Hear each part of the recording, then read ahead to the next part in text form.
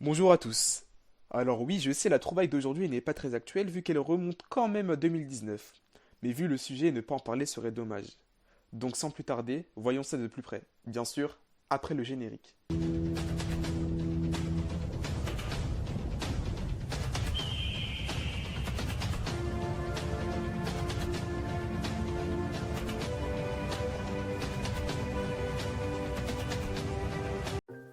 Donc remettons à peu près les choses de leur contexte. Des chercheurs auraient trouvé des fossiles datant de 50 000 à 67 000 ans sur l'île de Luzon.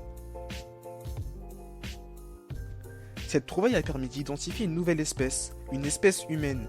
On y a retrouvé des dents, des phalanges de pieds ainsi que des mains et des fragments de fémur, et tout ça dans une grotte. Ce qui a permis de considérer qu'il s'agissait d'une nouvelle espèce qui a d'ailleurs été nommée de Homo luzonensis d'après les analyses.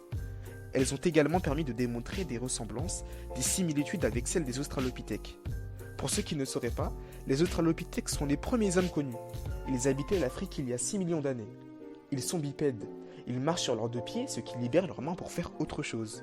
Bien que ce soit extrêmement complexe, on va juste retenir le fait que les molaires sont très petites et leur morphologie très simpliste que l'on pourrait même associer à celle de l'homme moderne. Ce genre d'individu possédant des caractéristiques spécifiques ne peut être classé dans aucune des espèces connues aujourd'hui. Alors bien évidemment, créer une nouvelle espèce pour seulement 13 fossiles est très difficile, mais cela permet de porter un peu plus d'attention sur ces derniers. Et puis je cite, si dans le futur des collègues nous montrent que l'on s'est trompé et que ces restes correspondent à une espèce que l'on connaissait déjà, tant pis, ce n'est pas grave, a affirmé Florent Détroit. Sur ce, je vous spoil le prochain épisode qui sera sur